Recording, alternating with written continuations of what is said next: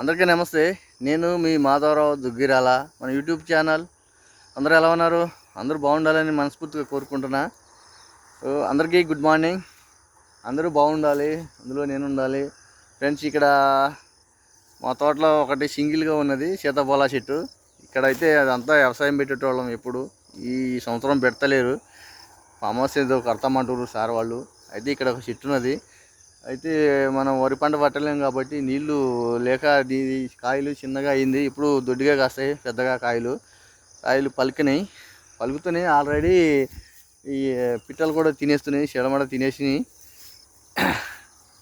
పిట్టలు మంచిగా తింటున్నాయి. కాయలు కూడా తయారు కాలే వర్షం లేక.